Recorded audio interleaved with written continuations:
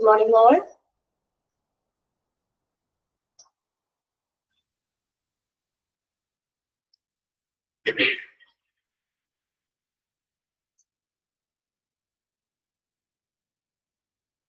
Okay, good morning. നമുക്ക് class start ചെയ്യാം.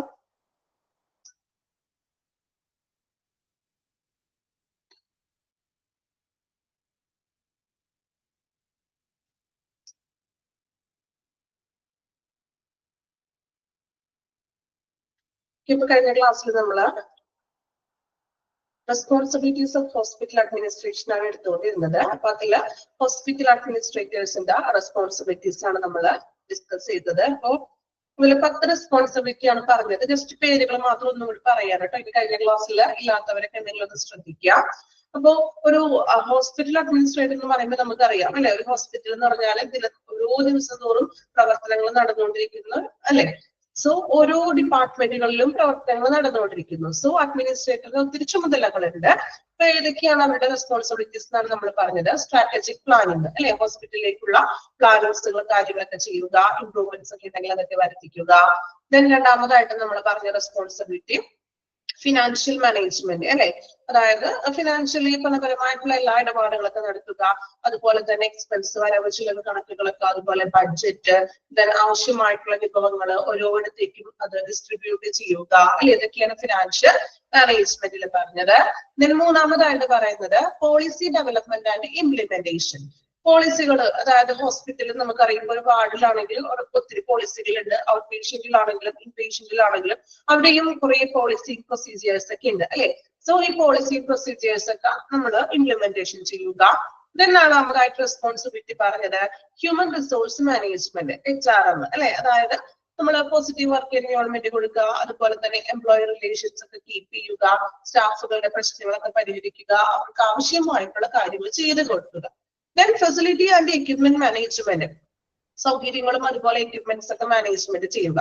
പുതിയ എക്യുപ്മെന്റ്സ് ഒക്കെ വാങ്ങിക്കുക, ഇനി ഏതെങ്കിലും നമുക്ക് എന്താണ് മെയിൻ്റനൻസ് ഒക്കെ ചെയ്യാനുണ്ടെങ്കിൽ മെയിൻ്റനൻസ് ചെയ്യുക, പുതിയതൊക്കെ പർച്ചേസ് ചെയ്യുക, റിനോവേഷൻ ഒക്കെ ഉണ്ടെങ്കിൽ അങ്ങനെയുള്ള കാര്യങ്ങളൊക്കെ ചെയ്യുക.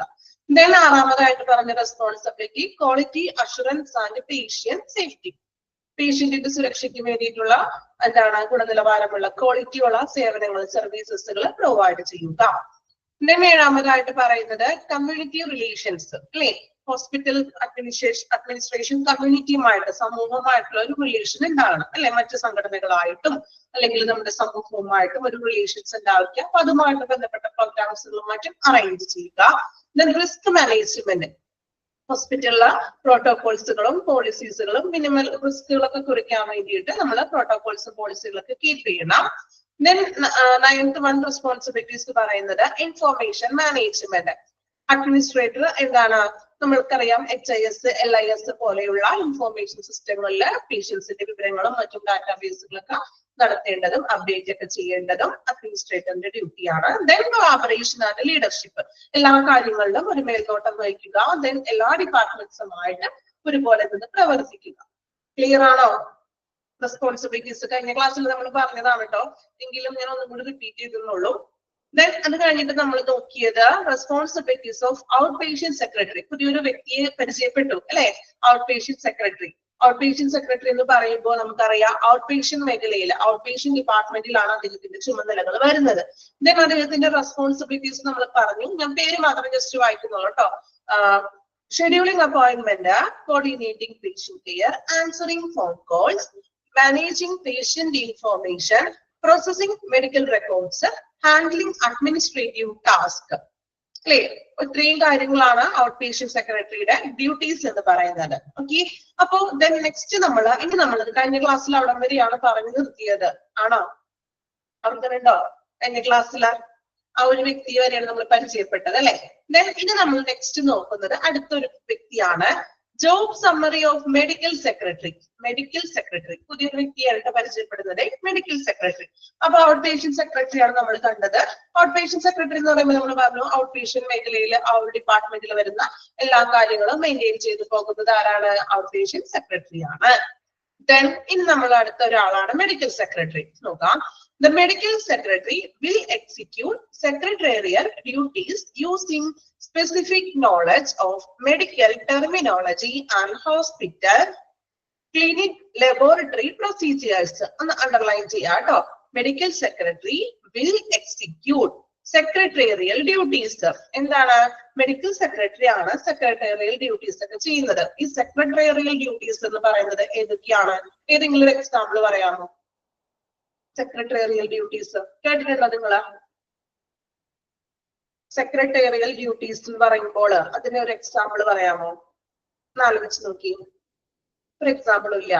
അതായത് നമുക്കറിയാം ഇപ്പോ അവിടെ വരുന്ന കോൾസുകൾ, ആൻസറിങ് കോൾസ്, ഫോൺ കോൾസ് ഒക്കെ അറ്റൻഡ് ചെയ്യുക, അതുപോലെ തന്നെ മെയിലൊക്കെ വരികയാണെങ്കിൽ അത് അതിനോട് റിപ്ലൈക്ക് അയക്കുക, ദെൻ പേഷ്യൻസിന്റെ അപ്പോയിന്റ്മെന്റ് ഒക്കെ അറേഞ്ച് ചെയ്തൊക്കെ കൊടുക്കുക. ഇങ്ങനെയുള്ള ഡ്യൂട്ടീസിനാണ് ഈ സെക്രട്ടേറിയൽ ഡ്യൂട്ടീസ് എന്ന് പറയുന്നത്. ഓക്കെ, വേണമെങ്കിൽ ഒന്ന് മുകളിലൊന്ന് എഴുതി വെച്ചോളൂ, ബ്രാക്കറ്റിലൊന്ന് എഴുതി വെക്കാം കേട്ടോ. രണ്ട് എക്സാമ്പിൾ എഴുതി വെക്കാം. Answering phone calls, then handling mails, mail handle ചെയ്യുന്നത്, അതായത് നമ്മൾ റിപ്ലൈ ഒക്കെ ആയിരിക്കുമല്ലോ മെയിൽസ് ഒക്കെ വരുമ്പോൾ. ഓക്കെ, ഒന്ന് ജസ്റ്റ് ഒന്ന് മുകളിലൊന്ന് എഴുതി വെച്ചേക്ക് കേട്ടോ. സെക്രട്ടേറിയൽ ഡ്യൂട്ടീസ് ഒരു ഹൈഫൻ ഇട്ടിട്ടായാലും എഴുതിയാൽ മതി. Answering phone calls, then handling mails, email. രണ്ട് കാര്യങ്ങളൊന്ന് എഴുതി വെച്ചാൽ മതി. അപ്പൊ നിങ്ങൾക്ക് വായിക്കുമ്പോൾ അത് ഡൗട്ട് കൂടാതെ വായിക്കാം. Okay. Then the medical secretary will execute secretarial duties using specific knowledge. അദ്ദേഹത്തിന്റെ സ്പെസിഫിക് അറിവ് വെച്ചുകൊണ്ട് സെക്രട്ടേറിയൽ ഡ്യൂട്ടീസ് ഒക്കെ അദ്ദേഹം ചെയ്യുന്നു. ഇതുപോലെ ഫോൺ കോൾസ് ഒക്കെ വരുമ്പോൾ ആൻസർ ചെയ്യുന്നു, ദെൻ മെയിൽ റിപ്ലൈ ഒക്കെ വിടുന്നു. അതുപോലെ തന്നെ മെഡിക്കൽ ടെർമിനോളജി, അദ്ദേഹത്തിന്റെ മെഡിക്കൽ ടെർമിനോളജി പഠിച്ചിട്ടുണ്ടാവും. മെഡിക്കൽ ടെർമിനോളജി ഓർക്കണില്ലേ? ഒന്നുകൂടെ പറയണോ? അതായത് മെഡിക്കൽ നമ്മൾ പറഞ്ഞു തുടങ്ങിയിട്ടുള്ളൂ, ഒന്നുകൂടെ പറയാനായിട്ട് ഞാൻ പറഞ്ഞു വരുന്നുള്ളൂ. മെഡിക്കൽ സെക്രട്ടറി വിൽ എക്സിക്യൂട്ടിംഗ്, അതായത് മെഡിക്കൽ സെക്രട്ടറി ആണ് സെക്രട്ടേറിയൽ ഡ്യൂട്ടീസ് ചെയ്യുന്നത്. സെക്രട്ടേറിയൽ ഡ്യൂട്ടീസ് എന്ന് പറയുന്നത് ഫോൺ കോൾസ് ഒക്കെ വരുമ്പോൾ അതിന് അറ്റൻഡ് ചെയ്യാം, മെയിലുകളൊക്കെ വരുമ്പോൾ റിപ്ലൈ അയക്കുക അതിന്, അതോടൊപ്പം തന്നെ പേഷ്യൻസിന് അപ്പോയിന്റ്മെന്റ് ഒക്കെ റെഡിയാക്കി കൊടുക്കുക. അദ്ദേഹത്തിന്റെ സ്പെസിഫിക് നോളജ് വെച്ചിട്ടാണ് അദ്ദേഹം ഈ ഒരു ഡ്യൂട്ടീസ് ചെയ്യുന്നത്. അതോടൊപ്പം തന്നെ മെഡിക്കൽ ടെർമിനോളജി അറിവ് വെച്ചിട്ട്, ടെർമിനോളജി അറിയാലോ? എന്താ ടെർമിനോളജി പഠിച്ചിട്ടുണ്ടല്ലോ, ഒരു ചാപ്റ്റർ പഠിച്ചില്ലേ നമ്മള്? അല്ലെ, നമ്മള് ഹോസ്പിറ്റലിൽ ഉപയോഗിക്കുന്ന ടേംസ് അല്ലെ? അപ്പൊ അദ്ദേഹത്തിന്റെ ആ ഒരു ടെർമിനോളജിയും മറ്റു കഴിവുകളൊക്കെ ഉപയോഗിച്ചുകൊണ്ട്, അറിവുകൾ ഉപയോഗിച്ചുകൊണ്ടാണ് അദ്ദേഹം ഈ ഡ്യൂട്ടീസ് ചെയ്യുന്നത്. ഇപ്പൊ മെയിലൊക്കെ റിപ്ലൈ അയക്കണമെങ്കിൽ ടെർമിനോളജി നമ്മൾ ആ ഒരു ടേംസ് കാര്യങ്ങളൊക്കെ ഷോർട്ട് ഫോംസ് ഒക്കെ പഠിച്ചില്ലേ? അതൊക്കെ യൂസ് ചെയ്തുകൊണ്ടാണ് നമ്മൾ മെയിൽസിനൊക്കെ അദ്ദേഹം റിപ്ലൈ വിടുന്നത്. ദെൻ ക്ലിനിക്, ലബോറട്ടറി പ്രൊസീജിയേഴ്സ്, മറ്റു ക്ലിനിക്കൽ പ്രവർത്തനങ്ങളും അതുപോലെ ലബോറട്ടറി പ്രൊസീജിയേഴ്സ് ഒക്കെ അദ്ദേഹത്തിന്റെ എന്താണ് പ്രിഫിക്സും സഫിക്സ് ഒക്കെ പഠിച്ചു തുറക്കുന്നുണ്ടല്ലോ ആ ചാപ്റ്ററിലെ. Okay, terminology. Okay, so laboratory പ്രൊസീജിയേഴ്സും കാര്യങ്ങളൊക്കെ അദ്ദേഹത്തിന്റെ അറിവ് വെച്ചിട്ടാണ് അദ്ദേഹം ചെയ്യുന്നത്. ഓക്കെ, ദെൻ ഇനി നമ്മൾ നോക്കുന്നത് ഡ്യൂട്ടീസ് കൺസിസ്റ്റ് ഓഫ്, അദ്ദേഹത്തിന്റെ ഡ്യൂട്ടീസ് എന്തൊക്കെയാണെന്ന് നോക്കാം കേട്ടോ. അദ്ദേഹത്തിന്റെ ഡ്യൂട്ടീസ് ആണ് represent physician by screening, help with scheduling, receiving and announcing scheduled patient and visitors. Represent physicians, ഫിസിഷ്യനെ റെപ്രസെന്റ് ചെയ്യുന്നു ബൈ എന്തിലൊക്കെ? സ്ക്രീനിങ്ങിന്, അതായത് നമ്മുടെ പേഷ്യന്റിനെ നോക്കുന്ന സമയത്തും അതുപോലെ തന്നെ അപ്പോയിന്റ്മെന്റ് ഷെഡ്യൂൾ ചെയ്യാനും, receiving, announcing schedule patients and വിസിറ്റേഴ്സിനൊക്കെ നമ്മളെ റൂമിലേക്ക് സ്വീകരിച്ച് കയറ്റാനും, അതോടൊപ്പം തന്നെ അവരുടെ ഷെഡ്യൂൾസ് വിസിറ്റേഴ്സിനും പേഷ്യൻസിനൊക്കെ അലോഡ് ചെയ്യുന്ന ആ ഒരു ടൈമും കാര്യങ്ങളൊക്കെ ഷെഡ്യൂൾ ചെയ്യാനും, ദെൻ ഡോക്ടറിനൊപ്പം സ്ക്രീനിങ്ങിൽ ഡോക്ടറിൽ നിന്ന് ഹെൽപ്പ് ചെയ്യുന്നു. മെഡിക്കൽ സെക്രട്ടറി ആണ്, അദ്ദേഹത്തിന് അത്യാവശ്യം ടെർമിനോളജി നോളജും കാര്യങ്ങളൊക്കെ ഉണ്ട്. സോ ഫിസിഷ്യനെ റെപ്രസെന്റ് ചെയ്യുന്ന ഒരു വ്യക്തിയാണ് ഏതെല്ലാം കാര്യങ്ങളില്? സ്ക്രീനിങ്ങിന്റെ ടൈമിലായിട്ടുണ്ടെങ്കിലും അല്ലെങ്കിൽ ഷെഡ്യൂളിങ്, അതായത് നമ്മൾ പേഷ്യൻസിന്റെ അപ്പോയിന്റ്മെന്റ് ഷെഡ്യൂൾ ചെയ്യുന്നതും, അതുപോലെ തന്നെ നമ്മൾ പേഷ്യൻസിനെയും വിസിറ്റേഴ്സിനെയും ഒക്കെ നമ്മൾ സ്വീകരിക്കുന്നത്, അതായത് നമ്മൾ പ്രവേശിപ്പിക്കുമല്ലോ അകത്തേക്ക്, ഡോക്ടറിനെ കാണാനും പറ്റും. സോ ആ ഒരു ടൈമിലൊക്കെ ഫിസിഷ്യനെ റെപ്രസെന്റ് ചെയ്യുന്നു. ഇതാണ് ഒന്നാമത്തെ ഡ്യൂട്ടി എന്ന് പറയുന്നത്. രണ്ടാമത്തത് നോക്കാം, help physician in daily work. ഫിസിഷ്യന്റെ ഒപ്പമുള്ള ഒരു വ്യക്തിയാണ് കേട്ടോ. സോ ഫിസിഷ്യന്റെ ഡെയിലി വർക്കിൽ അദ്ദേഹത്തെ ഹെൽപ്പ് ചെയ്യുന്നു. Collect patient information and keep patient records. പേഷ്യൻസിന്റെ ഇൻഫോർമേഷൻസുകൾ കളക്ട് ചെയ്യുന്നു, ദെൻ പേഷ്യൻസിന്റെ റെക്കോർഡ് സൂക്ഷിക്കുന്നു, കീപ്പ് ചെയ്യുന്നു. Then ensure physician productivity by maintaining calendars. അതായത് എന്താണ് പറയുന്നത്, ഓരോ പ്രോഗ്രാമും ഫിസിഷ്യന്റെ ഡേറ്റ് അനുസരിച്ചുകൊണ്ട് കലണ്ടറൊക്കെ ചാർട്ട് ചെയ്യുന്നു. അതായത് ഇപ്പോ ഫിസിഷ്യനൊക്കെ ആണെങ്കിൽ ചിലപ്പോൾ അവർക്ക് എന്തെങ്കിലും എമർജൻസി കേസുകളൊക്കെ ഉണ്ടെങ്കിൽ അദ്ദേഹത്തിന്റെ ഡേറ്റ് അനുസരിച്ചുകൊണ്ട് അതെല്ലാം ഷെഡ്യൂൾ ചെയ്ത് വെക്കുന്നു. ഡേറ്റ് ഒക്കെ നമ്മൾ പറയില്ലേ, കൂടെ നിൽക്കുന്ന ഒരു വ്യക്തി പി എന്നൊക്കെ പറയില്ലേ, എല്ലാ കാര്യങ്ങളൊക്കെ നമ്മൾ കൂടെ നിന്ന് ഹെൽപ്പ് ചെയ്യുന്നത്. സോ ഫിസിഷ്യന്റെ കറക്റ്റ് ഓരോ ഡേറ്റ് ഒക്കെ കീപ്പ് ചെയ്യുന്ന ചിലപ്പോൾ അവർക്ക് എന്തെങ്കിലും മീറ്റിംഗ്സും കാര്യങ്ങളൊക്കെ ഉണ്ടാകും അല്ലെ. അപ്പൊ അതിന്റെയൊക്കെ കറക്റ്റ് എന്താണ് ഡേറ്റ് അനുസരിച്ചിട്ട് ചാർട്ട് ചെയ്ത് ഇത്ര പേഷ്യൻസിനെ നമ്മൾ നോക്കുന്നതെങ്കിൽ ഇന്ന ദിവസം ചിലപ്പോൾ മീറ്റിംഗ് ഉണ്ടാകും. സോ അപ്പൊ അപ്പോയിന്റ്മെന്റ് അല്ലെങ്കിൽ കൺസൾട്ടേഷൻ ഇരിക്കില്ല. സോ ആ ഒരു ഡേറ്റ് അനുസരിച്ചുകൊണ്ട് ആ ചാർട്ട് ഫിസിഷ്യന് വേണ്ടി തയ്യാറാക്കുന്നു. Then procedures informed by interrupting dictation, preparing medical reports and creating summaries. അതോടൊപ്പം തന്നെ എന്താണ് ഇന്ററാക്ടിങ് ഡിക്റ്റേഷൻ എന്ന് വെച്ചിട്ടുണ്ടെങ്കിൽ എന്താണ് നമ്മള് ഈ ഫിസിഷ്യന്റെ ശാസന പ്രകാരം, ഡിക്റ്റേഷൻ എന്ന് വെച്ചാൽ ഒരു നിർദ്ദേശിക്കുക അല്ലെങ്കിൽ ശാസിക്കുക എന്നൊക്കെ പറയില്ലേ, അത് പ്രകാരം മെഡിക്കൽ റിപ്പോർട്ട്സുകൾ തയ്യാറാക്കുന്നു. അതുപോലെ തന്നെ പേഷ്യൻസിന്റെ സമ്മറീസ് ക്രിയേറ്റ് ചെയ്യുന്നു. ഫിസിഷ്യന്റെ ഒരു ശാസന പ്രകാരം, അതായത് ഫിസിഷ്യന്റെ ഹെൽപ്പോട് കൂടിയിട്ട് പേഷ്യൻസിന്റെ മെഡിക്കൽ റെക്കോർഡും പ്രിപ്പയർ ചെയ്യുന്നു. അതുപോലെ തന്നെ സമ്മറിയും ക്രിയേറ്റ് ചെയ്യുന്നു. ഓക്കെ, ഫസ്റ്റത്തെ 5 ഡ്യൂട്ടീസ് ആണ് നമ്മൾ വായിച്ചത്. 5 എണ്ണം ഒന്ന് വായിച്ചു നോക്കാം. 5 ഡ്യൂട്ടീസ് വായിച്ചു നോക്കുക, ഓരോന്നും മനസ്സിലാക്കി വായിക്കാം. ഇത് ബൈ ഹാർട്ട് ചെയ്ത് പഠിക്കാന്ന് വെച്ചാൽ കുറച്ചധികം പോയിന്റ്സ് ഉണ്ട്, ഇച്ചിരി ബുദ്ധിമുട്ടാണ്. സോ മനസ്സിലാക്കി പഠിക്കണം. കാരണം നമ്മൾ ആദ്യം പറഞ്ഞത് ഔട്ട് പേഷ്യന്റ് സെക്രട്ടറി ആണ്, ദെൻ രണ്ടാമത് പറഞ്ഞ വ്യക്തിയാണ് മെഡിക്കൽ സെക്രട്ടറി. സോ ഇവർ രണ്ടുപേരും നമ്മൾ മാർക്ക് പോകാനായിട്ട് ചാൻസ് കൂടുതലാണ് അല്ലെ. ഏകദേശം നമ്മൾ വായിക്കുമ്പോൾ ഇത് ഔട്ട് പേഷ്യന്റിന്റെ ഏകദേശം പോലെ തന്നെയല്ലേ എന്നൊക്കെ തോന്നും, എങ്കിലും വ്യത്യാസങ്ങളുണ്ട്. സോ മനസ്സിലാക്കി പഠിക്കുക. അപ്പൊ മാറിപ്പോണ കാര്യം നോക്കിയാ വേണ്ട കേട്ടോ. ഒന്ന് വായിച്ചു നോക്കാം. ഫസ്റ്റ് ഇത് 5 പോയിന്റ് വായിച്ച് ഓരോ പോയിന്റ് വായിച്ച് ഒന്ന് അർത്ഥം മനസ്സിലാക്കാം. ദെൻ നമുക്ക് അടുത്ത നെക്സ്റ്റ് 5 പോയിന്റ് വായിക്കാം. മൊഡ്യൂൾ എക്സാം ഡേറ്റ് നമുക്ക് ഇൻഫോം ചെയ്യാം കേട്ടോ. പോർഷൻസ് കംപ്ലീറ്റ് ആയിട്ടില്ലല്ലോ. പോർഷൻസ് കംപ്ലീറ്റ് ആയതിനു ശേഷം ഇൻഫോർമേഷൻ തരാം. ഓക്കെ, എന്തായാലും പഠിക്കാനൊക്കെ ടൈം ഉണ്ടാകും, സ്റ്റഡി ലീവ് തരാം. ഓക്കെ,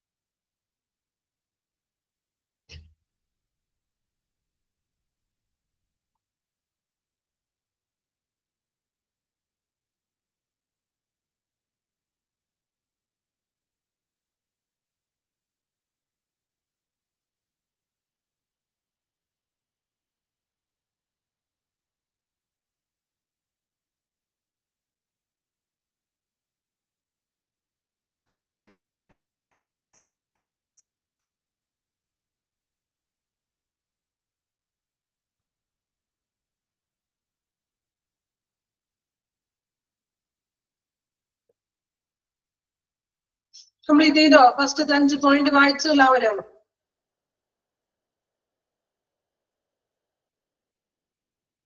ഓക്കെ, ദെൻ നെക്സ്റ്റ് 6ാമത്തെ പോയിന്റ് നോക്കാം കേട്ടോ.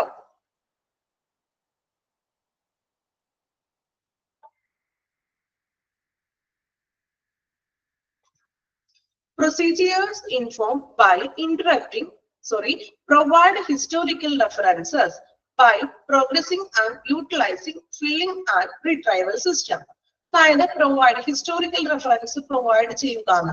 അതായത് പേഷ്യൻസിന്റെ ഡീറ്റെയിൽസും കാര്യങ്ങളൊക്കെ പ്രൊവൈഡ് ചെയ്തിട്ട് എന്ത് വേണം, ഫില്ലിംഗ് റിട്രൈവൽ സിസ്റ്റം. റിട്രൈവൽ സിസ്റ്റം എന്ന് വെച്ചിട്ടുണ്ടെങ്കിൽ നമ്മുടെ ഹോസ്പിറ്റൽ ഇൻഫർമേഷൻ സിസ്റ്റത്തിലോട്ട് പേഷ്യൻസിന്റെ എന്താണ് നമ്മുടെ പേഷ്യൻസിന്റെ സ്റ്റാറ്റസും കാര്യങ്ങളൊക്കെ നോക്കിയിട്ട് അതിൽ അപ്ഡേറ്റ് ചെയ്യുക എന്നാണ് ഉദ്ദേശിക്കുന്നത്. റിട്രൈവൽ സിസ്റ്റത്തിലോട്ട് HIS LIS ഒക്കെ ഉണ്ടല്ലോ, ഹോസ്പിറ്റൽ ഇൻഫർമേഷൻ സിസ്റ്റം പോലുള്ള റിട്രൈവൽ സിസ്റ്റത്തിലോട്ട് പേഷ്യൻസിന്റെ ഡീറ്റെയിൽസും മറ്റും അപ്ഡേറ്റ് ചെയ്യുക.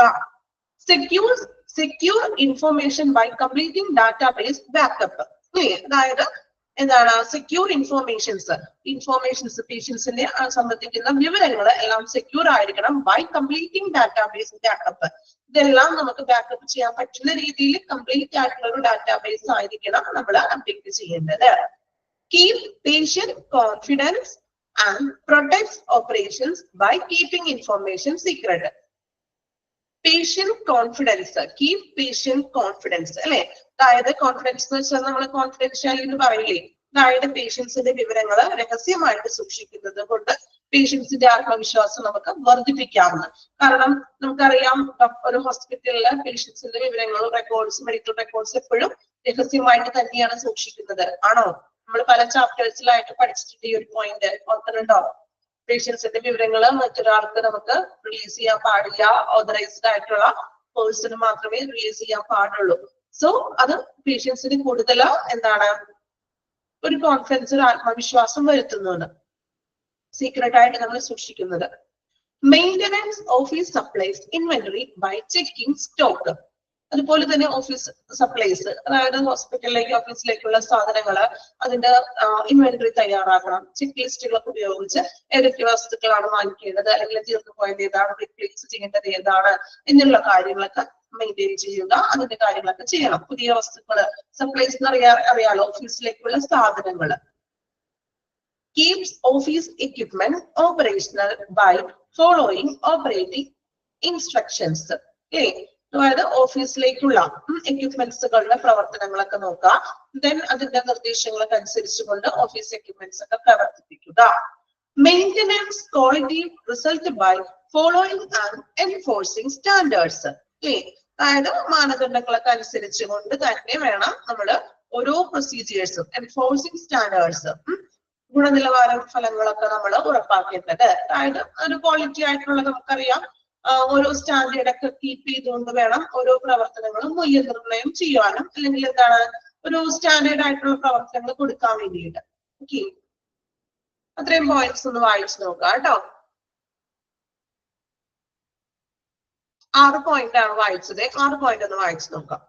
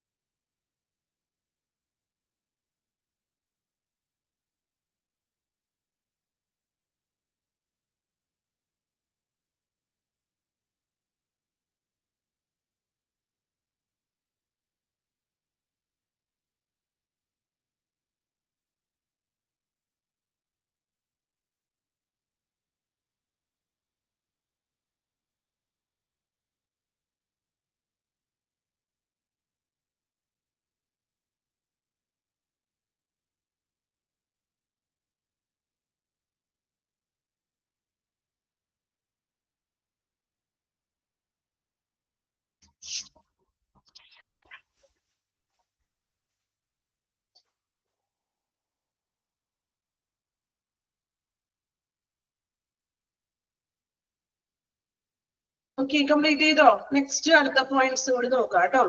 Serve and protect the health care community by sticking professional standards.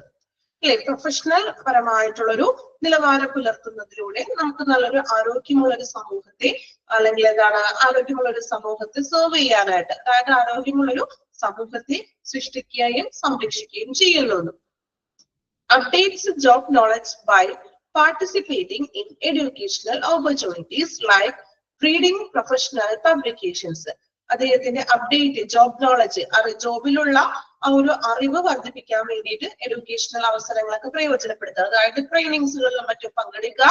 Then like reading professional publications, professional ആയിട്ടുള്ള പബ്ലിക്കേഷൻസ് ഒക്കെ റീഡ് ചെയ്യുക എന്ന് അദ്ദേഹത്തിന്റെ അറിവ് വർദ്ധിപ്പിക്കാൻ വേണ്ടിയിട്ട്. Keeps medical records, technical library and correspondence files.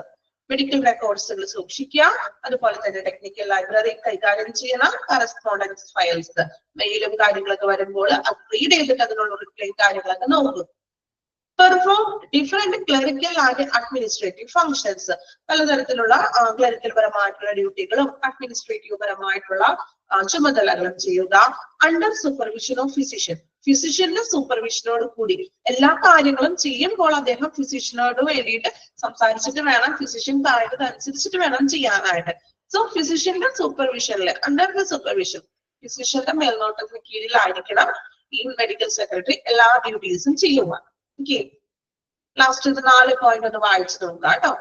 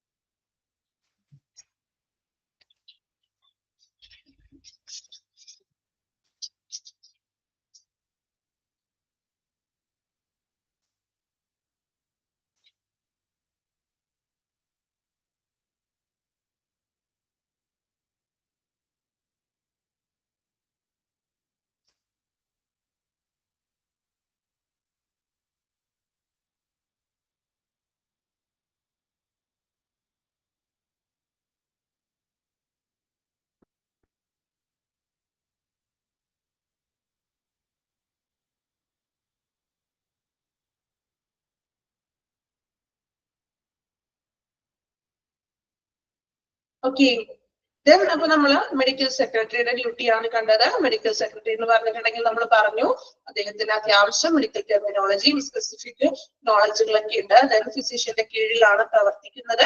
ഫിസിഷ്യന്റെ മേൽനോട്ടത്തിലാണ് അദ്ദേഹത്തിന്റെ ഡ്യൂട്ടീസ് ചെയ്യുന്നത്. ഫിസിഷ്യനെ ഡെയിലി കാര്യങ്ങളിൽ സഹായിക്കുന്നു. ഓക്കെ, ഇത്രയും കാര്യങ്ങളൊക്കെയാണ്. പോയിന്റ്സുകൾ നിങ്ങൾ മനസ്സിലാക്കി പഠിച്ചു വെക്കണം കേട്ടോ. ബൈ ഹാർട്ട് ചെയ്തിട്ടുണ്ടെങ്കിൽ നിങ്ങൾക്ക് അത് കൺഫ്യൂഷൻ ആകും, അതുകൊണ്ട് മനസ്സിലാക്കി പഠിച്ചു വെക്കണം. ഓക്കെ, then next one നോക്കാം. ഇനി അടുത്ത നെക്സ്റ്റ് ഒരു പേഴ്സൺ ആണ്. Job summary and OPD, out patient department, OPD executive. അപ്പൊ മാറിപ്പോകരുതും. ആദ്യം നമ്മൾ കണ്ടത് ആരെയാണ്? Out patient secretary. Okay, out patient secretary ആണ്. ഇത് ഈ ഒരു ചാപ്റ്ററിൽ നമ്മൾ മൊത്തം പഠിക്കുന്നത് 1-2 വ്യക്തികളെ കുറിച്ചും അവരുടെ റെസ്പോൺസിബിലിറ്റീസിനെ കുറിച്ചാണ്. ഓക്കെ, ടോട്ടൽ ആയിട്ട് ഹോസ്പിറ്റൽ അഡ്മിനിസ്ട്രേറ്റീവ്സിന്റെ ഡ്യൂട്ടീസും അതോടൊപ്പം തന്നെ നമ്മൾ ഹോസ്പിറ്റലിലെ മെയിൻ ആയിട്ടുള്ള കുറച്ച് വ്യക്തികളും ആ വ്യക്തികളുടെ ഡ്യൂട്ടീസ് ആണ് പഠിക്കുന്നത്. ഓക്കെ, അപ്പൊ നമ്മൾ ആദ്യം പരിചയപ്പെട്ട ഒരു വ്യക്തി എന്ന് പറയുന്നത് ഔട്ട് പേഷ്യന്റ് സെക്രട്ടറി ആണ്. ദെൻ രണ്ടാമത് നമ്മൾ കണ്ട ഒരു വ്യക്തി മെഡിക്കൽ സെക്രട്ടറി. ഇനി നമ്മൾ മൂന്നാമത് നോക്കുന്ന വ്യക്തിയാണ് ഔട്ട് പേഷ്യന്റ് എക്സിക്യൂട്ടീവ്. ഓക്കെ, അപ്പൊ ഈ ഔട്ട് പേഷ്യന്റ് സെക്രട്ടറിയും ഔട്ട് പേഷ്യന്റ് എക്സിക്യൂട്ടീവും തമ്മിൽ മാറിപ്പോകരുത് കേട്ടോ. അപ്പൊ അത് മനസ്സിലാക്കി പഠിച്ചു വെക്കണം. Okay, the OPD executive plays an important role in supervising the operation of outpatient department in a hospital. Underline ചെയ്യാട്ടോ.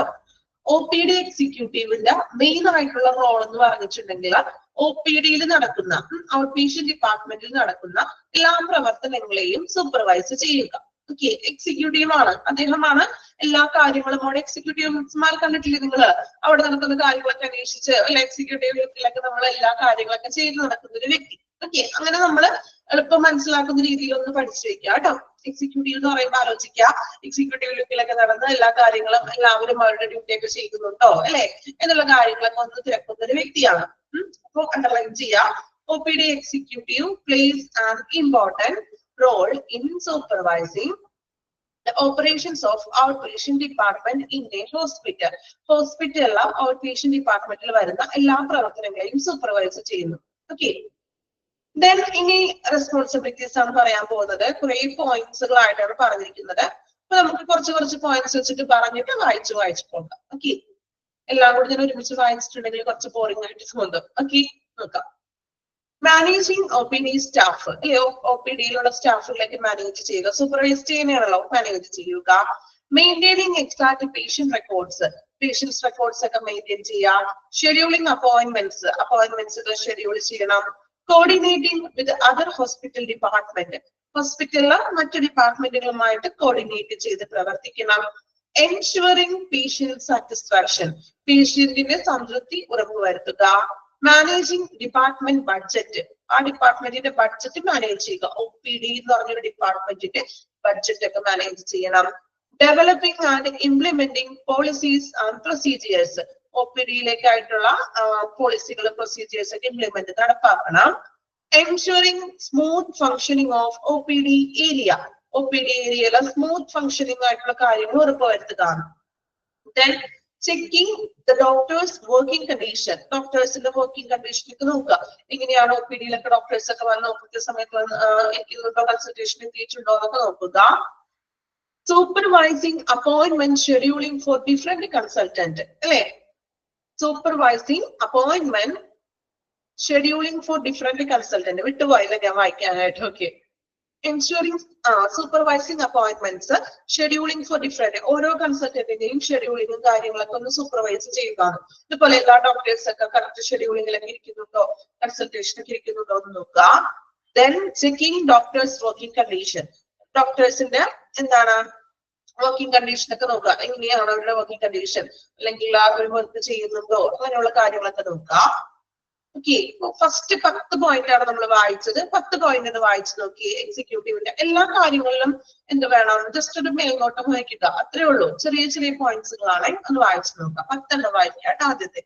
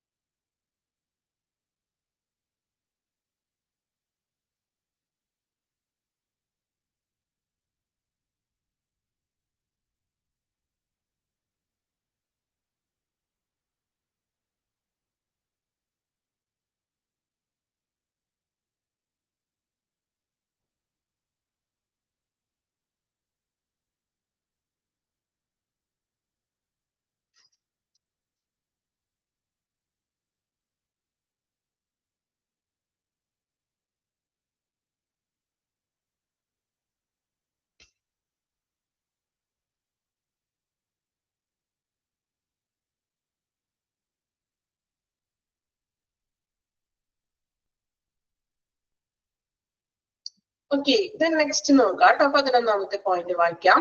ഗ്യാതറിംഗ് ആൻഡ് സ്ക്രൂട്ടിനൈസിംഗ് ഫീഡ്ബാക്ക് ഫ്രോംസ്, ഗ്യാതറിംഗ് അല്ലെ, പേഷ്യൻസിന്റെ ഫീഡ്ബാക്സ് കളക്ട് ചെയ്യുക. then അത് സ്ക്രൂട്ടിനൈസിംഗ് ഫീഡ്ബാക്ക് ഫ്രോം, സ്ക്രൂട്ടിനൈസ് ചെയ്യാന്ന് വെച്ചാൽ എന്താണ്, ഈ ഫീഡ്ബാക്ക് ഒക്കെ കളക്ട് ചെയ്തുകൊണ്ട് ഒരു സൂക്ഷ്മ പരിശോധന നടത്താൻ. അതായത് എല്ലാ ഫീഡ്ബാക്ക് ഒക്കെ ഒന്ന് വായിച്ചു നോക്കിയിട്ട് എവിടെയാണോ പോരായ്മ ഉള്ളത് എന്നൊക്കെ കണ്ടെത്തുക. സ്ക്രൂട്ടിനൈസ് എന്ന് വെച്ചാൽ ഒരു സൂക്ഷ്മ പരിശോധന നടത്തുക. dealing with complicated issues and reporting to the manager. ഇനി OPD-യിൽ എന്തെങ്കിലും പ്രശ്നങ്ങളൊക്കെ വരികയാണെങ്കിൽ, കോംപ്ലിക്കേറ്റഡ് ആയിട്ടുള്ള ചിലപ്പോ ബൈസ്റ്റാൻഡേഴ്സോ വിസിറ്റേഴ്സോ തമ്മിൽ എന്തെങ്കിലുമൊക്കെ പ്രശ്നങ്ങളൊക്കെ വരികയാണെങ്കിൽ അതിന് ഡീൽ ചെയ്യണം. അതുപോലെ തന്നെ അത് മാനേജർക്ക് റിപ്പോർട്ട് ചെയ്യുക. As greeting patient and visitors, പേഷ്യന്റിനെയും അതോടൊപ്പം തന്നെ വിസിറ്റേഴ്സിനെയും ഒന്ന് ഗ്രീറ്റ് ചെയ്യുക. Then registering new patients, പുതിയ പേഷ്യൻസ് ഒക്കെ വരുമ്പോൾ അവരെ രജിസ്റ്റർ ചെയ്യണം. Taking part in practice meeting and training courses and ensuring compliance with health and safety procedures. അതായത് നമ്മൾ എന്താണ് മീറ്റിംഗിലും അതുപോലെ മറ്റു ട്രെയിനിങ് കോഴ്സുകളൊക്കെ പങ്കെടുത്തുകൊണ്ട് എൻഷുർ ഹെൽത്ത് ആൻഡ് സേഫ്റ്റി, ആരോഗ്യ സുരക്ഷ നടപടികൾ ഉറപ്പാക്കുക. ഇതുപോലെ അതുമായിട്ട് ബന്ധപ്പെട്ട ട്രെയിനിങ്സ് പ്രോഗ്രാംസിലും കോഴ്സുകളിലൊക്കെ അറ്റൻഡ് ചെയ്യുക. Okay. Then furthermore, the OPD executive is accountable for checking that everything in OPD area is in correct place. OPD-യിലെ എല്ലാ പ്രവർത്തനങ്ങളും കറക്റ്റ് ആയിട്ട് നടക്കുന്നുണ്ടോ എന്ന് ചെക്ക് ചെയ്യണം. And ensuring there are no items left over by previous shift receptionist. അതായത് ഇപ്പോ നമുക്ക് O P ഡിയിൽ നമുക്കറിയാം, ഇപ്പൊ റിസപ്ഷനിലാണെങ്കിൽ നിങ്ങൾക്കറിയാം 1-2 സ്റ്റാഫുകളൊക്കെ ഉണ്ടാകും. ചിലപ്പോൾ ഒരു 3-4 സ്റ്റാഫുകൾ ഉണ്ടാവും. ഇവർക്ക് ഷിഫ്റ്റിംഗ് ഡ്യൂട്ടി ആയിരിക്കും. ചിലപ്പോൾ മോർണിംഗ് ഒരു 8 മണി തുടങ്ങി ഈവനിങ് 6 മണി വരെ ആയിരിക്കും ഒരു സ്റ്റാഫ് ഇരിക്കുന്നത്. ദെൻ ഈവനിങ് 8 മണിയല്ല, ഈവനിങ് ചിലപ്പോൾ ഒരു 6 മണി വരെ ആയിരിക്കും അല്ലെ. സോ നെക്സ്റ്റ് അടുത്ത ഷിഫ്റ്റിൽ അടുത്ത ആള് കയറുകയാണ്. ഈവനിങ് 6 PM തുടങ്ങി മോർണിംഗ് 8 AM വരെ അടുത്തൊരു സ്റ്റാഫ് കയറുകയാണ്. അപ്പൊ ഓൾറെഡി ആ പകല് മീൻസ് ഒരു രാവിലെ ഇരുന്നിട്ടുള്ള സ്റ്റാഫ് അദ്ദേഹത്തിന്റെ കാര്യങ്ങളെല്ലാം മീൻസ് അവിടെ അന്ന് വന്നിട്ടുള്ള പേയ്മെന്റ്സുകളാണെങ്കിലും അല്ലെങ്കിൽ അന്നത്തെ അദ്ദേഹത്തിന് അവരുടെ വർക്ക് കംപ്ലീറ്റ് ചെയ്തിട്ടുണ്ടെന്ന് ഉറപ്പ് വരുത്തുക. എന്നിട്ടാണ് നമ്മൾ അടുത്ത സ്റ്റാഫ് കയറുന്നത്. ക്ലിയർ ആയോ? ഇപ്പൊ ഓരോ ഷിഫ്റ്റ് ടൈം ആയിരിക്കുമല്ലോ.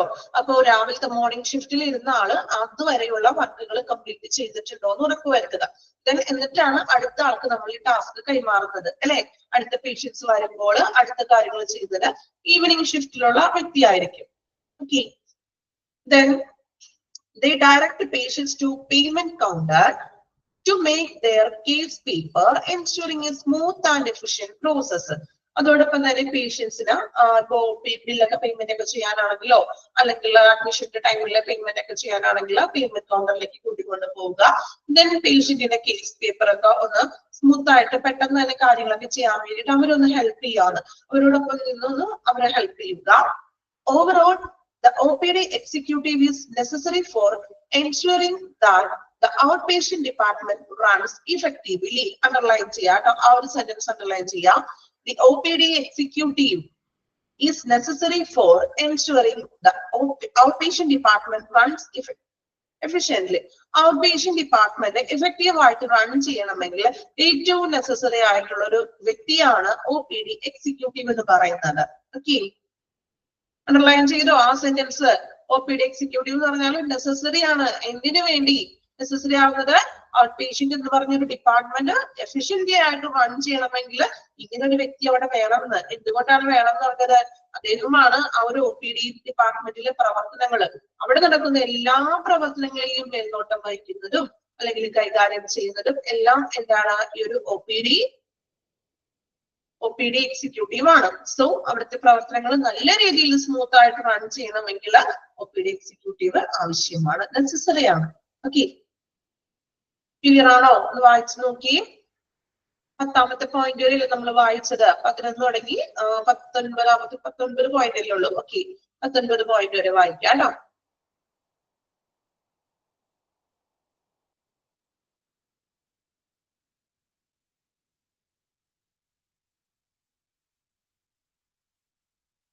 പതിനാലാമത്തെ പോയിന്റ് വിട്ടുപോയോ? ഞാൻ വായിച്ചില്ല എന്ന് തോന്നണല്ലേ. ഒരുപാട് പോയിന്റുകളൊക്കെ പെട്ടെന്ന് ഞാൻ നോക്കുമ്പോ പറഞ്ഞോ. നേരത്തെ ഗ്രീറ്റിംഗ് മാത്രം പറഞ്ഞോളൂ എന്ന് തോന്നണല്ലേ. ഓക്കെ, കുഴപ്പമില്ല കേട്ടോ. Directing them to appropriate professionals. അതായത് ഇപ്പൊ പേഷ്യൻസ് ഒക്കെ വരുമ്പോ അവരെ ഡയറക്റ്റ് അപ്രോപ്രിയേറ്റ് പ്രൊഫഷണൽസ്, അതായത് ഇപ്പൊ ഏത് ഡോക്ടറെ അടുത്താണ് അവരെ പോകേണ്ടത് ചിലർക്ക് അറിയില്ലായിരിക്കുമല്ലോ. അപ്പൊ ഒന്ന് ഡയറക്ട് ചെയ്യുക. അവര് ഇന്ന ഡോക്ടറെ അടുത്താണ്, ഡോക്ടറെ തോന്നുമ്പോൾ ഒന്ന് കാണിച്ചു കൊടുക്കുക, ഒന്ന് അസിസ്റ്റ് ചെയ്യാവുന്ന ഒരു മീനിങ് ആണ്. നമ്മൾ ഹോസ്പിറ്റലിൽ ചെല്ലുമ്പോൾ ഈ OPD എക്സിക്യൂട്ടീവ്മാരുണ്ടാവും, കണ്ടിട്ടുണ്ടോ? അവർ ചിലപ്പോൾ നമ്മളൊന്നും ചോദിക്കാതെ തന്നെ നമ്മളുടെ അടുത്തേക്ക് വരും. നമ്മളോട് ഡീറ്റെയിൽസ് ഒക്കെ ചോദിക്കും. ഡീറ്റെയിൽസ് മീൻസ് എവിടെ ഏത് ഡോക്ടറെ കാണേണ്ടത് എങ്ങനെയാണ്. അപ്പൊ നമ്മളുടെ ഒപ്പം നിന്നുകൊണ്ട് എല്ലാ കാര്യങ്ങളും നമ്മളോടൊപ്പം ചെയ്തു തരാറുണ്ട്. ഓക്കെ, വായിച്ചു നോക്കാം കേട്ടോ. 11ാമത്തെ പോയിന്റ് തുടങ്ങി ലാസ്റ്റ് 1 പോയിന്റ്സ് വരെ ഒന്ന് വായിച്ചു നോക്കാം.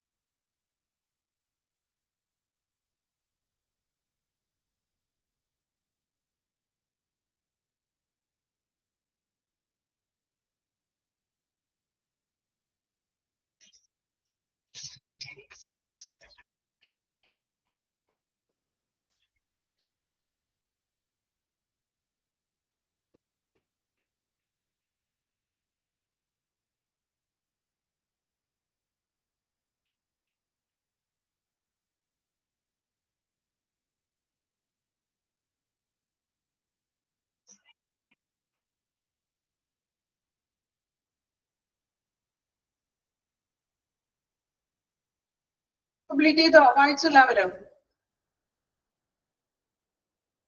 ഓക്കെ, അപ്പൊ നമ്മള് ഇന്ന് പുതിയതായിട്ട് 2 വ്യക്തികളെയാണ് പരിചയപ്പെട്ടത്. First one medical secretary, then OPD executives. Okay, then next അടുത്തൊരു പേഴ്സണെ കൂടി നമുക്ക് നോക്കാനുണ്ട്.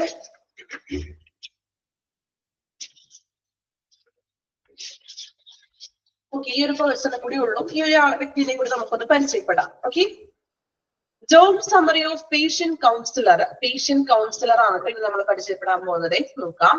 A patient counselor, also known as patient advocate or patient liaison. Underline ചെയ്യാം കേട്ടോ. പേഷ്യന്റ് കൗൺസിലർ അറിയപ്പെടുന്ന മറ്റു പേരുകളാണ് patient advocate or patient liaison. Underline ചെയ്തോ? എക്സാമിന് ചോദിക്കും. പേഷ്യന്റ് കൗൺസിലർ അറിയപ്പെടുന്ന മറ്റു പേര് ചോദിക്കും അല്ലെ. Also known as patient advocate ആകാം, അല്ലെങ്കിൽ പേഷ്യന്റ് ലിയസൺ ആകാം. ഓക്കെ, അപ്പൊ അത് ഓപ്ഷനിൽ ഏതാണോ നിങ്ങൾക്ക് തന്നിരിക്കുന്നത് അതനുസരിച്ച് നിങ്ങൾ ആൻസർ ചെയ്യാം കേട്ടോ. Then is a healthcare professional who works keenly with the patients and their families to extend emotional support, education and advocacy. Underline ചെയ്യാം. അപ്പോ പേഷ്യന്റ് കൗൺസിലർ എന്ന് പറയുമ്പോൾ പേരിൽ തന്നെയുണ്ട് അല്ലെ. ഒരു കൗൺസിലർ എന്ന് പറയുമ്പോൾ നമ്മൾ എന്താ അർത്ഥമാക്കുക? ഒരു കൗൺസിലർ എന്ന് പറഞ്ഞാൽ ഇമോഷണൽ സപ്പോർട്ട് ആണ് അല്ലെ. ഒരു ഇമോഷണൽ സപ്പോർട്ട് തരുന്നതാണ്. നമ്മളൊരു കൗൺസിലിങ്ങിന് പോവുകയാണ്. അപ്പൊ നമുക്ക് കൗൺസിലർ നമുക്ക് നമ്മുടെ പ്രശ്നങ്ങൾ നമുക്ക് പറഞ്ഞു കഴിയുമ്പോൾ നമുക്കൊരു ഇമോഷണൽ ആയിട്ടുള്ള ഒരു സപ്പോർട്ട് അല്ലെങ്കിൽ ഒരു മോട്ടിവേഷൻ തരുന്ന ഒരു വ്യക്തിയാണ് ഈ കൗൺസിലർ എന്ന് പറയുന്നത് അല്ലെ. സെയിം ആ ഒരു കാര്യം തന്നെയാണ് ഇവിടെയും നമ്മൾ പറയുന്നത്. നോക്കാം. Patient counsellor, also known as patient advocate or patient liaison, is the health care professional. അദ്ദേഹം ഒരു ഹെൽത്ത് കെയർ പ്രൊഫഷണൽ ആണ്. who works keenly with the patients and their family. ഡോക്ടേഴ്സിന്റെ ഒപ്പം സ്റ്റാഫിന്റെ ഒപ്പം എല്ലാവരും വർക്ക് ചെയ്യുന്നത്, മറിച്ച് പേഷ്യൻസിന്റെ ഫാമിലിയുടെ ഒപ്പം വർക്ക് ചെയ്യുന്നു. അവരോടൊപ്പമാണ് സപ്പോർട്ട് ചെയ്യുന്നത്. എന്തിനൊക്കെ? External emotional support. പേഷ്യൻസിന്റെ എക്സ്റ്റേണൽ ഇമോഷണൽ സപ്പോർട്ട് ചെയ്യുന്നു. അതോടൊപ്പം തന്നെ എഡ്യൂക്കേഷൻ, അഡ്വക്കസി. അഡ്വക്കസി എന്ന് വെച്ചിട്ടുണ്ടെങ്കിൽ എന്താണ്? ഇതുപോലെ നമുക്ക് നിർദ്ദേശങ്ങളും അല്ലെങ്കിൽ എന്താണ് നമുക്കൊരു അഡ്വൈസും കാര്യങ്ങളൊക്കെ തരുന്നു. The job underline ചെയ്യാട്ടോ. അവിടെ വരെ ഒന്ന് അഡ്വക്കസി വരെ അണ്ടർലൈൻ ചെയ്യണേ.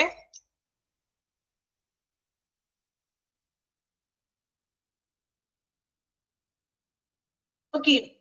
The job description of a patient counselor normally includes the following responsibilities. ഇനി പേഷ്യന്റ് കൗൺസിലറുടെ റെസ്പോൺസിബിലിറ്റീസ് ആണ് നമ്മൾ പറയാൻ പോകുന്നത്. ഫസ്റ്റ് നമുക്ക് പേരുകൾ മാത്രം ഒന്ന് നോക്കാം കേട്ടോ. 7 റെസ്പോൺസിബിലിറ്റീസ് ആണ്. പേരുകൾ മാത്രം നോക്കാം.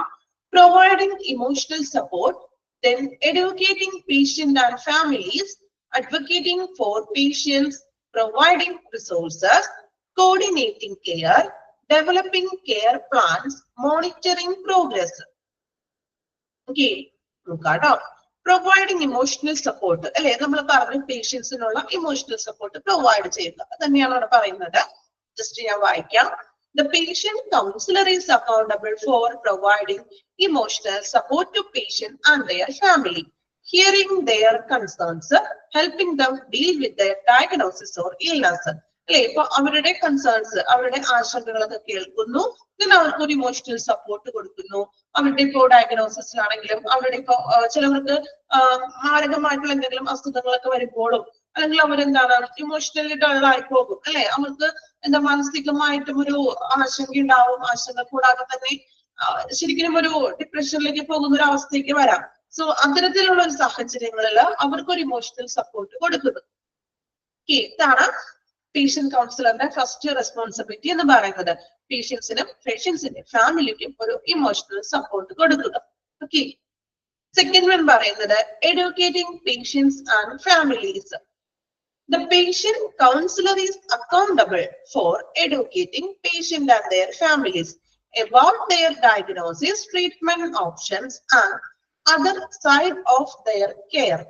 പേഷ്യൻസിനും പേഷ്യന്റിന്റെ ഫാമിലിക്കും എഡ്യൂക്കേറ്റിംഗ് കൊടുക്കുന്നത്, അവരെ പഠിപ്പിക്കാന്ന് വെച്ചാൽ വേറെ ഒന്നുമില്ല, അവരുടെ അസുഖത്തെ കുറിച്ചിട്ടുള്ള വിവരങ്ങൾ. എല്ലാ പേഷ്യൻസിനും നമുക്ക് മെഡിക്കൽ ടേമുകളോ കാര്യങ്ങളോ അല്ലെങ്കിൽ അസുഖങ്ങളെ കുറിച്ചിട്ടൊന്നും വലിയ അറിവും ധാരണകളൊന്നും ഉണ്ടായിരിക്കണം എന്നില്ല. സോ പേഷ്യന്റിന്റെ ഫാമിലിക്കും അവരുടെ അസുഖത്തെ കുറിച്ചും അല്ലെങ്കിൽ ഇന്ന ടെസ്റ്റുകളൊക്കെ ചെയ്യണം, അല്ലെങ്കിൽ സർജറി ചെയ്യണം എന്ന് പറഞ്ഞു. പക്ഷെ ഇവർക്ക് അറിയാം എന്തിനു വേണ്ടിയിട്ടാണ് സർജറി ചെയ്യുന്നത്, അല്ലെങ്കിൽ ഇത്ര എമൗണ്ട് സർജറിക്ക് ആകുന്നു, ഇത് ചെയ്തിട്ടുണ്ടെങ്കിൽ നമുക്ക് ബെനഫിറ്റ് ഉണ്ടോ, അല്ലെങ്കിൽ മറ്റെന്തെങ്കിലും സൈഡ് എഫക്ട്സുകൾ ഉണ്ടോ, ഇതിനെ കുറിച്ചിട്ടൊന്നും വലിയ അറിവും ധാരണകളൊന്നും പേഷ്യന്റിനോ പേഷ്യന്റിന്റെ ഫാമിലിക്കോ ഉണ്ടാവണമെന്നില്ല.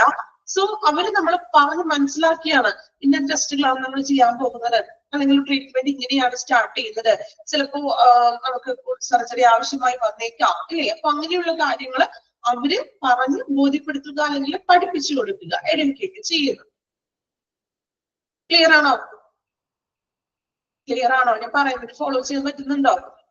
ഏറ്റവും എളുപ്പത്തിൽ നിങ്ങൾക്ക് മനസ്സിലാവുന്ന രീതിയിലാണ് പറയുന്നത്. ഒരുപാട് എന്താ വലിച്ചു നീട്ടി ഒന്നും പറയണില്ല, മാക്സിമം സിമ്പിൾ ആക്കിയിട്ട് കാര്യം എന്താണെന്നുള്ളതാണ് പറയുന്നത് കേട്ടോ. ക്ലിയർ ആണോ? ഓക്കെ ആണോ? നിങ്ങൾ ആരും റെസ്പോൺസ് ഒന്നും ഇല്ല, അതുകൊണ്ട് ചോദിച്ചതാ. ഓക്കെ, മൂന്നാമത്തെ പോയിന്റ് നോക്കാം. Advocating for patients. The patient counselor accountable for advocating patient and their family. Advocate ഒക്കെ ചെയ്യുന്നു മീൻസ് നമ്മൾ എന്താണ് പേഷ്യൻസിനും ഫാമിലിക്കും ആവശ്യങ്ങളൊക്കെ നമ്മൾ എന്താണ് ഉപദേശങ്ങളും കാര്യങ്ങളൊക്കെ കൊടുക്കുന്നു. Helping them navigate the healthcare system and making sure that their needs are met. എന്ത് നാവിഗേറ്റ് എന്ന് വെച്ചിട്ടുണ്ടെങ്കിൽ ഹെൽപ്പിംഗ് പേഷ്യൻസിലൂടെ എത്തിക്കുകയാണ്. അതായത് എന്താണ് പേഷ്യൻസിന്റെ ആവശ്യങ്ങളൊക്കെ ഉറപ്പാക്കുക, അവരുടെ ആവശ്യങ്ങൾ അവർക്ക് സാധിച്ചു കൊടുക്കുക, എത്തിച്ചു കൊടുക്കുക എന്നൊക്കെ ഒരു മീനിങ് ആണ് നാവിഗേറ്റ് എന്ന് ഉദ്ദേശിക്കുന്നത് കേട്ടോ. Then providing resources. The patient counselor is accountable for providing patients and their families with resources and information about support groups, financial assistance, and other services that may be available to them. അതായത് ഇപ്പോ ആരോഗ്യ എന്താണ് നമ്മൾ പറയുന്നത്, പേഷ്യൻസിന് ലഭ്യമായേക്കാവുന്ന എല്ലാ വിഭവങ്ങളെ കുറിച്ചും പറഞ്ഞു കൊടുക്കാണ്. അതോടൊപ്പം തന്നെ ഫിനാൻഷ്യൽ അസിസ്റ്റൻസ്, ഇപ്പോ ചില പേഷ്യൻസിന് ഫിനാൻഷ്യലി ബുദ്ധിമുട്ടുള്ളവരൊക്കെ ഉണ്ടാകും. സോ അവർക്ക് ഇപ്പൊ മെഡിക്കൽ ക്ലെയിമുകളെ കുറിച്ചൊക്കെ പറഞ്ഞു കൊടുക്കുക, ഇനി മെഡിക്കൽ ക്ലെയിംസ് ഒക്കെ എന്തെങ്കിലും ഇൻഷുറൻസ് ഒക്കെ ഉണ്ടെങ്കിൽ അതിന്റെ കാര്യങ്ങളൊക്കെ പറഞ്ഞു കൊടുക്കുക. അവർക്ക് എല്ലാവർക്കും അറിവുണ്ടായിരിക്കണമെന്നില്ല. ഓക്കെ, ഇപ്പൊ ഫസ്റ്റ് ഇത് 4 പോയിന്റ് ഒന്ന് വായിച്ചു നോക്കാം കേട്ടോ. ഫസ്റ്റ് തുടങ്ങി വായിക്കണേ. പേഷ്യന്റ് കൗൺസിലർ തുടങ്ങി 4 പോയിന്റ് വരെ ഒന്ന് വായിച്ചു നോക്കാം കേട്ടോ. മനസ്സിലാക്കി വായിക്കണം. എവിടെയെങ്കിലും ഡൗട്ട് ഉണ്ടെങ്കിൽ ചോദിക്കാം. വായിച്ചു നോക്കാം, അതിൽ വായിക്കാം കേട്ടോ.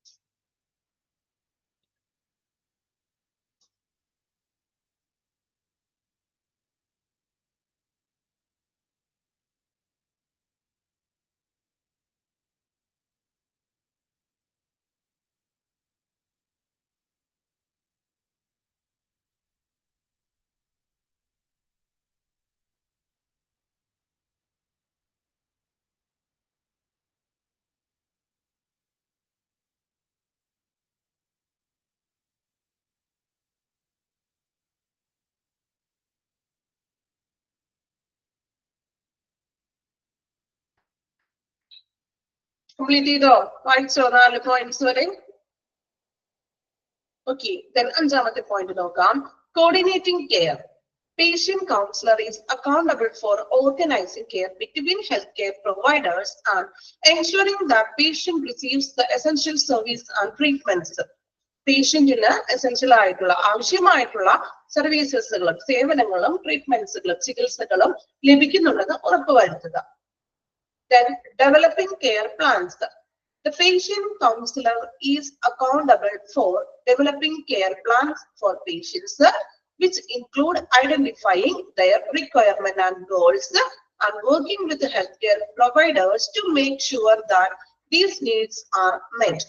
അതായത് എന്താണ് ഇവിടെ പറയുന്നത്? Patient counsellor developing care plans, പേഷ്യൻസിനുള്ള വികസനത്തിനുള്ള പുതിയ പുതിയ പ്ലാൻസുകളൊക്കെ ലഭിക്കുന്നുണ്ടെന്ന് ഉറപ്പുവരുത്തണം. അതോടൊപ്പം തന്നെ പേഷ്യൻസിന്റെ റിക്വയർമെന്റ്സ്, അവരുടെ ഗോൾസ് ഇതെല്ലാം നിറവേറ്റുന്നുണ്ടെന്ന് ഉറപ്പുവരുത്തുക. ഹെൽത്ത് കെയർ പ്രൊവൈഡേഴ്സുമായിട്ട് ചേർന്നുകൊണ്ട് ഇതെല്ലാം പേഷ്യൻസിന്, അതായത് നല്ല ട്രീറ്റ്മെന്റ്സ് ആയിട്ടുണ്ടെങ്കിലും അവരുടെ ആവശ്യങ്ങൾ നിറവേറുന്നുണ്ടെന്നൊക്കെ ഉറപ്പുവരുത്തുക. Then last one, monitoring progress. The patient counselor is accountable for monitoring patient progress. പേഷ്യൻസിന്റെ മോണിറ്റർ, പരിശീലന എന്താണ് മോണിറ്റർ ചെയ്യാന്ന്, അതായത് പേഷ്യൻസ് അഡ്മിറ്റ് ആയി ഡെവലപ്മെന്റ്സ് ഉണ്ടോ അല്ലെങ്കിൽ പ്രോഗ്രസ് ഉണ്ടോ എന്നൊക്കെ ഒന്ന് മോണിറ്റർ ചെയ്യണം. Evaluating their needs and making adjustment to their care plans as necessary. ഇനി അതോടൊപ്പം തന്നെ പേഷ്യൻസിന്റെ ആവശ്യങ്ങൾ ഇവാലുവേറ്റ് ചെയ്യണം. പേഷ്യൻസിന്റെ ആവശ്യങ്ങളൊക്കെ കൃത്യമായിട്ട് നടക്കുന്നുണ്ടോ, ഇനി അവർക്ക് കൊടുത്തിട്ടുള്ള കെയർ പ്ലാനിൽ എന്തെങ്കിലും മാറ്റങ്ങളൊക്കെ വരുത്താനുണ്ടെങ്കിൽ അതിൽ മാറ്റങ്ങൾ വരുത്തണം. ഓക്കെ, കൺക്ലൂഡ് ചെയ്ത് പറഞ്ഞിരിക്കുന്നത് നോക്കാം. Overall the role of a patient counsellor is to extend the support and advocacy for patient and their families. അല്ലെ, പേഷ്യന്റിനും പേഷ്യന്റിന്റെ ഫാമിലിക്കും എന്താണ് എക്സ്റ്റെൻഡ് ആയിട്ടുള്ള ഒരു സപ്പോർട്ടും അഡ്വക്കസിയാണ് നൽകുന്നത്.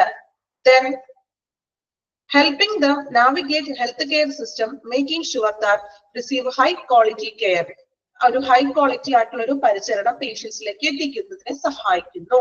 Strong communication skill, empathy and a deep understanding of healthcare system and services are necessary for success in this role. So അദ്ദേഹത്തിന്റെ ഇങ്ങനെയുള്ള ഒരു റോള്, അതായത് ഇത്രയും റെസ്പോൺസിബിലിറ്റീസ് അദ്ദേഹത്തിനുണ്ട്. സോ ഈ റോളുകള് ശരിയായിട്ടുള്ള രീതിയിൽ അദ്ദേഹത്തിന് പൂർത്തീകരിക്കണമെങ്കിൽ നല്ലൊരു കമ്മ്യൂണിക്കേഷൻ സ്കില്ല് ആദ്യം ഉണ്ടായിരിക്കണം. അല്ലെ, ഈ എക്സിക്യൂട്ടീവ് ഒക്കെ ആയിട്ട് അല്ലെങ്കിൽ എക്സിക്യൂട്ടീവായിട്ടും അതുപോലെ കൗൺസിലർ ആയിട്ടൊക്കെ പ്രവർത്തിക്കുന്ന ആൾക്കാർക്ക് നല്ലൊരു വാക്ചാതുര്യം വേണം, സംസാരിക്കാനുള്ള ഒരു കഴിവുണ്ടായിരിക്കണം. ഈ കൗൺസിലർമാരെ നിങ്ങൾ ശ്രദ്ധിച്ചിട്ടുണ്ടോ? അവർക്ക് നല്ല രീതിയിൽ സംസാരിക്കാനുള്ള കഴിവുണ്ടാകും. അല്ലെ, ഇപ്പൊ നമ്മളൊന്ന് മെന്റർ ചെയ്യണമെങ്കിലോ അല്ലെങ്കിൽ നമുക്ക് മോട്ടിവേഷൻ ഒക്കെ നൽകണമെങ്കിൽ നല്ല രീതിയിലുള്ള സംസാരത്തിനുള്ള കഴിവ് വേണം. എല്ലാവരിലും ചിലപ്പോൾ അത് ഉണ്ടായിരിക്കണമെന്നില്ല. ഇപ്പൊ നിങ്ങൾ പരിചയപ്പെടുന്ന പല വ്യക്തികൾക്കും ചിലവർക്ക് നല്ലൊരു കമ്മ്യൂണിക്കേഷൻ സ്കിൽസ് ഉണ്ടാകും. അല്ലേ, മറ്റുള്ളവരോട് എങ്ങനെ പെരുമാറേണ്ടത്, നല്ല രീതിയിൽ സംസാരിക്കാനുള്ള ഒരു കഴിവുണ്ടാകും. ഇപ്പൊ നിങ്ങളിൽ തന്നെ പലവർക്കും ഉണ്ടാകും സംസാരിക്കാനായിട്ടുള്ള കഴിവ്, വ്യത്യസ്തങ്ങളായിട്ടുള്ള കഴിവുകൾ ഉണ്ടാകും. സോ നല്ലൊരു കമ്മ്യൂണിക്കേഷൻ സ്കിൽസ് ഉണ്ടായിരിക്കണം, എങ്കിൽ മാത്രമേ ഈ പേഷ്യൻസിനോടോ പേഷ്യൻസിന്റെ ഫാമിലിയോടൊക്കെ മാനേജ് ചെയ്യാനായിട്ട് പറ്റുള്ളൂ. Then അതോടൊപ്പം തന്നെ deep understanding health care system, ഒരു ഹോസ്പിറ്റലിനെ കുറിച്ചും അല്ലെങ്കിൽ ഒരു ഹെൽത്ത് കെയർ സിസ്റ്റത്തിനെ കുറിച്ചും ഡീപ്പായിട്ടുള്ള ഒരു നോളജ്, ഒരു അറിവ് ഉണ്ടായിരിക്കണം. ഓക്കെ, ദെൻ ഒന്ന് വായിച്ചു നോക്കാം കേട്ടോ. ടോട്ടല് ഫുൾ ആയിട്ടൊന്ന് വായിച്ചു നോക്കണേ. Job summary of patient councillor ഒന്ന് കംപ്ലീറ്റ് ഒന്ന് വായിച്ചു നോക്കാം പോയിന്റ്സ്.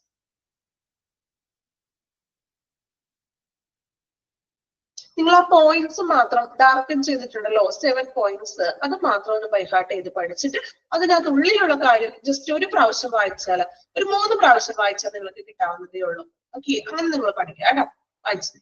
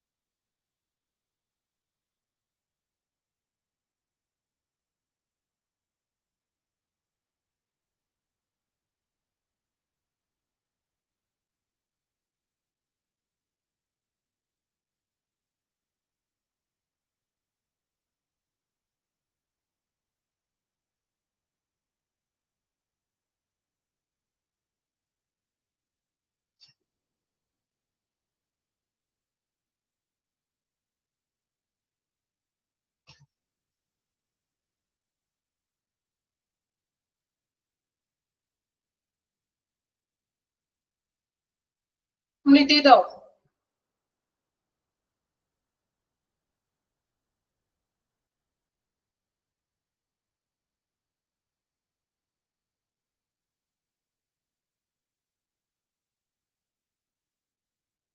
വായിച്ചുള്ളവരോ? Patient counsellor. ഓക്കെ, ഇപ്പൊ നമ്മൾ ഇന്ന് 3 വ്യക്തികളെയാണ് പഠിച്ചത്. അതൊക്കെയായിരുന്നു medical secretary, then out patient executive, then patient counsellor. Okay, 3 വ്യക്തികളെ കുറിച്ചിട്ടാണ് നമ്മൾ പഠിച്ചത്. ഇപ്പൊ 3 വ്യക്തികളുടെയും റെസ്പോൺസിബിലിറ്റീസ് നമ്മൾ നോക്കി. ദെൻ ബൈ ഹാർട്ട് ഒന്നും ചെയ്യേണ്ട, മനസ്സിലാക്കി പഠിക്കാം. ഓക്കെ, ജോബ് സമ്മറി കൗൺസിലറിലേക്ക് ആണെങ്കിൽ നിങ്ങൾ ആ പോയിന്റ് മാത്രം ഒന്ന് ബൈ ഹാർട്ട് ചെയ്യുക. അതിനുള്ളിലുള്ള കാര്യം ജസ്റ്റ് ഒരു 1-2 പ്രാവശ്യം ഒന്ന് വായിച്ചു നോക്കുക കേട്ടോ. അപ്പൊ വായിച്ചു നോക്കിയാൽ കിട്ടാവുന്നതേ ഉള്ളൂ. ഇനി നമ്മൾ നെക്സ്റ്റ് ലാസ്റ്റ് വൺ, ഈ ഒരു ചാപ്റ്റർ കംപ്ലീറ്റ് ആയിട്ടുണ്ട്. ലാസ്റ്റ് ഒരു സെക്ഷൻ ഉണ്ട് നോക്കാനായിട്ട്. Basic skill required for non clinical jobs. അതായത് ക്ലിനിക്കൽ പരമായിട്ടുള്ള ജോബ്സ് അല്ല, അല്ലാതെ വരുന്ന നോൺ ക്ലിനിക്കൽ പരമായിട്ടുള്ള ജോലികൾ ചെയ്യുന്നതിനുള്ള ബേസിക് അടിസ്ഥാന കഴിവുകൾ അല്ലെങ്കിൽ ബേസിക് സ്കിൽസുകൾ അല്ലെ, എന്തൊക്കെയാണെന്നാണ് നമുക്ക് ഇനി നോക്കാനുള്ളത്. അതും കുറച്ച് പോയിന്റ്സ്, എന്തൊക്കെ സ്കിൽസ് ആണ് ഒരു നോൺ ക്ലിനിക്കൽ ജോബിന് വേണ്ടതെന്നാണ് നോക്കാനുള്ളത്. സ്കിൽസ് മാത്രമേ ഉള്ളൂ. അത് നമുക്കിനി നാളെ നമുക്ക് ക്ലാസ് വരുന്നുണ്ടല്ലോ, അപ്പൊ നാളത്തെ ക്ലാസ്സിൽ പറയാം. ഓക്കെ, പിടുത്തത്രയും ക്ലിയർ ആണോ എല്ലാവർക്കും? ഓക്കെ ആണോ? ഈ ഒരു ചാപ്റ്ററിൽ വേറെ ഒന്നുമില്ല. ഓരോ വ്യക്തികളെ കുറിച്ചും ആ വ്യക്തികളുടെ ഡ്യൂട്ടീസ് മാത്രമേ ഉള്ളൂ. ഓക്കെ, ക്ലിയർ ആണോ? ഓക്കെ, ദെൻ നന്നായിട്ട് വായിക്കണം. നാളെ ക്ലാസ് ഉണ്ടോന്ന്, നാളെ നിങ്ങൾക്ക് ക്ലാസ് എങ്ങനെയാ? ഇൻഫർമേഷൻ ഒന്നും പറഞ്ഞില്ലല്ലോ. ഓക്കെ, ക്ലാസിന്റെ കാര്യം ഇൻഫർമേഷൻ അറിയിക്കുക കേട്ടോ. ഗുഡ് ഫ്രൈഡേ ഹോളിഡേ ആണ് നാളത്തെ. എങ്ങനെയാണ് ഇൻഫർമേഷൻസ് അയക്കുക കേട്ടോ.